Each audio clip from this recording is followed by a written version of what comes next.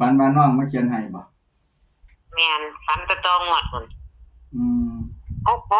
ตัวเทิงเป็น6แล้วก็เท่ากับ2เท่ากับ18บัดนี้ต่อไปอีกคั่นเพิ่นเขีย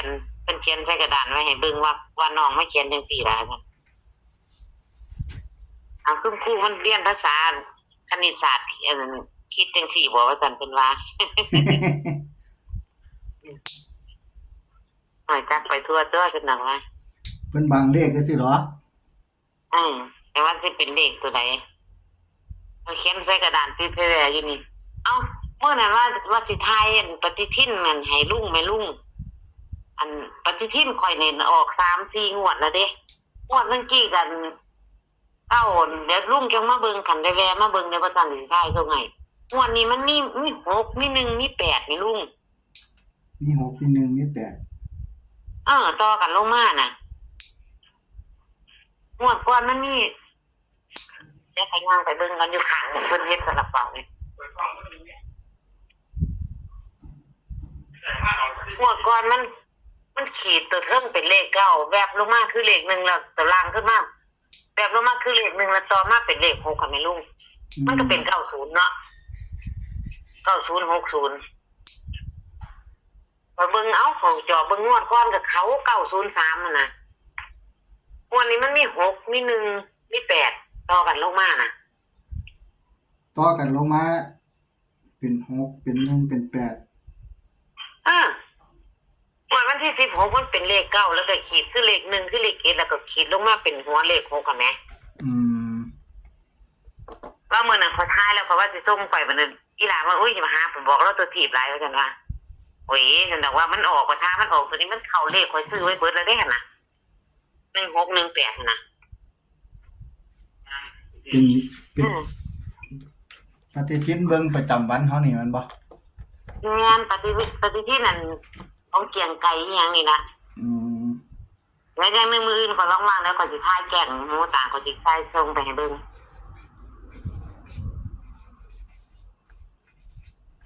ถ่ายอัน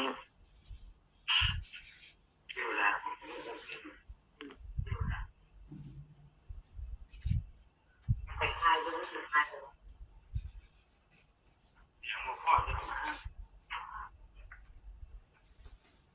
มันมักออกอยู่ที่เลขปฏิทินเนี่ย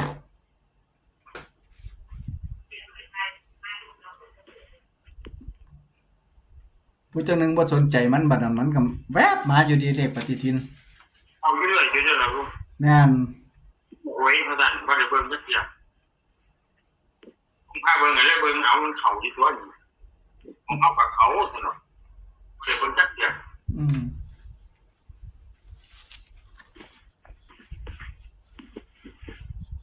ว่าเลขคือสิวนเวียนอยู่นี่แท้เนาะนั่นเนี่ยเดี๋ยววันนั้น61แต่เพื่อน81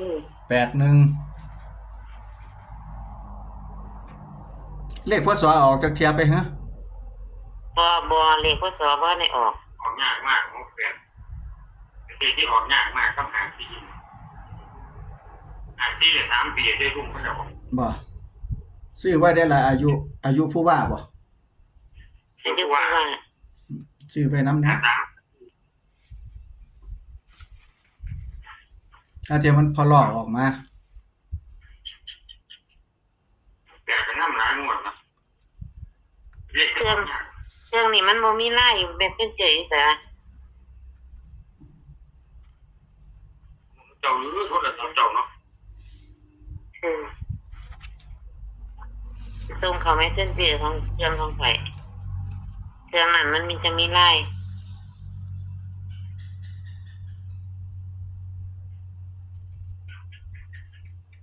มันเป็นตอเป็นเกี่ยวกันลงมาเลยมันบ่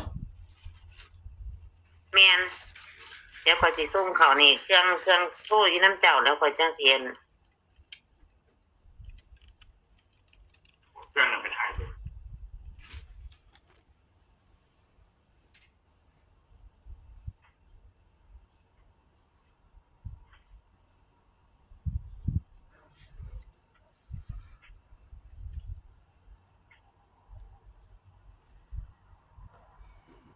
ส่งแล้วก็เป็นนะ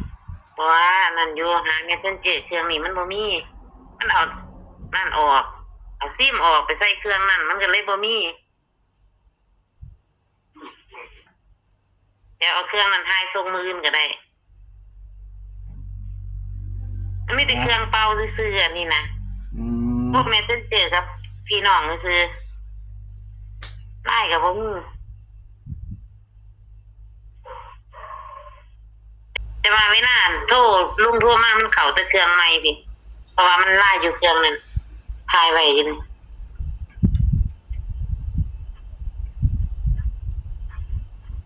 ทั้งทรงก็ได้ อ่า เพราะว่าฮู้จักโตมันแล้ว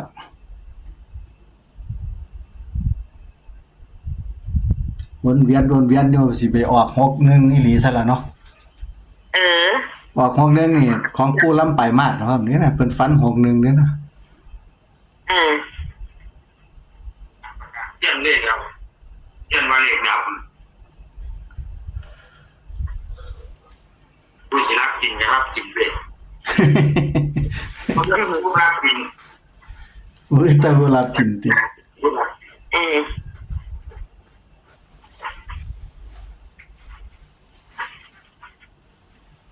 มันก็มีสิทธิ์ออกได้อยู่บ่แม่นมันบ่แม่นว่ามันสิบ่ออกเนาะ อ่า มันก็มีสิทธิ์ออกได้อยู่ อ๋อ ไป ผมมีเมสเซนเจอร์ลุงบ่มีอยู่หน้าหมองข่อย บ่มีแม่เซ็นเจอร์บ่มี มีตั้งแต่อันนี้ มีแต่ไลน์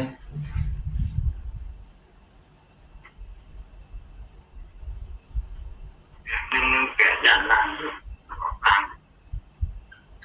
พอเทวดามันบอก3ตัวส่วนมากที่คุณคงแต่บอกเอา3ตัวคือเขา2ตัวแต่เขาบอก3ตัวแสดงว่าผลเป็นการลัทธิของเพิ่นเขา อืม เดี๋ยวเขา661ครับ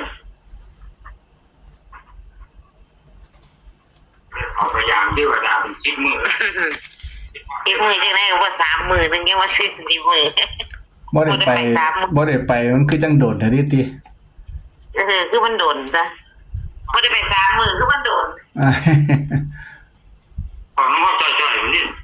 อืม อยู่อย่างเงี้ยของคนบอกจ่อยๆนี่ เอาไม้ข่อยฟังนี่เด้ข่อยฟังนี่เว้ากันแม่นๆๆเว้าอีจนเนี่ยเอาไปหากันปานนี้ว่าสิบ่โดดดงแล้วบ่ได้ไปหา จริงนี่นึกเนี่ยคนหลายมันบอก สิให้บอกอยู่บ่ติสิบอกอยู่บ่นี่สิบอกอยู่บ่นี่อยู่นั่นน่ะข่อยก็เปิดฟังย่ำเบิ่งหวายมันมาตัวนี้ลูกฟังเอา3ตัวขึ้นหน้ากันว่าขึ้นไปเทิงเฮียนนั่น5-6 ทุ่มมันเงียบๆเสียงอีหยังแล้วเนาะสงัดแล้ววันนี้ก็เปิดฟังเบิ่งอีก3 รอบ 4 รอบโอ้ยแม่นล่ะเด้อบาดนี้ซั่นบ่ฟังเบิ่งเขามาลักษณะตัวเลขมานั้นไปเขาก็ปูล่ำไปมาดแบบนี้เนาะลุง แม่นออกให้ได้แม่เนาะบ่ออก61ก็ออก18เนาะ เออ บริสุทธิ์เนี่ย วันหนึ่งกินแล้วซื้อ1815แล้วนี่รถบ่ได้เอาแล้วทะเบียนรถบ่ค่อยถูกปานใดเด้แต่ซื้อรถมานี่จักปี11 ปีแล้วถูกเลขนำเลข71เท่าเดียวเนาะทะเบียนรถก็6717เนาะถ้า67ก็ยังบ่มักเนาะ อืม ลูกน้องเคยถือ3ตัวตอนมันออก67ยังกับ67ได้นะตอนนั้น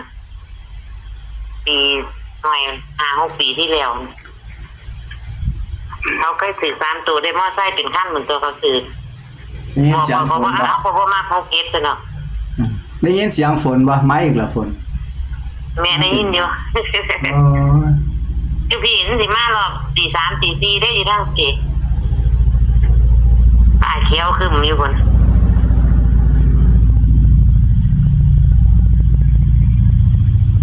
เสียงฝนสวดอยู่ต้องหาภายในละมื้อนี้ บ่ได้โทรหาผู้ใดมื้อนี้อยู่เงียบๆมันฟ้าฝนบ่เป็นใจเลยก็สิคั่นมันบ่ได้ยังใจนะเอาเส้นสิโดดห้าเนาะ จับจะโดดหานหมูดิ ว่า ว่าแล้วเอา อืม คราวเดียวเลิกแล้ว อันนี้กูแล้ว6 ทุ่มกูแล้วนอนนี่ยังอีกอยู่70ซึ่งบุญ อืมเอาสู้สู้สู้สู้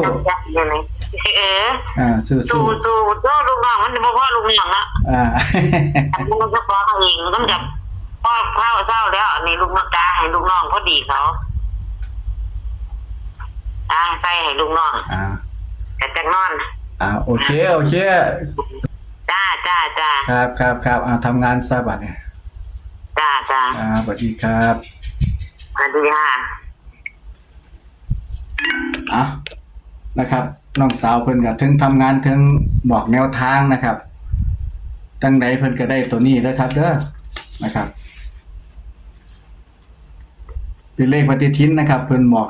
มานี่เป็นเลขปฏิทินนะครับ618นะครับพี่น้องก็ใช้วิจารณญาณในการรับชมนะครับขอให้พี่น้องท่านผู้ชมโชคหมานอยู่ดีไม่แห้งสู่ผู้สู่คนนะครับเด้ออย่าเจ็บอย่าจนขอให้ร่ำรวยๆนะครับเดี๋ยวจะมาพบพ่อกันในคลิปหน้านะครับผมสำหรับคลิปนี้สวัสดีครับ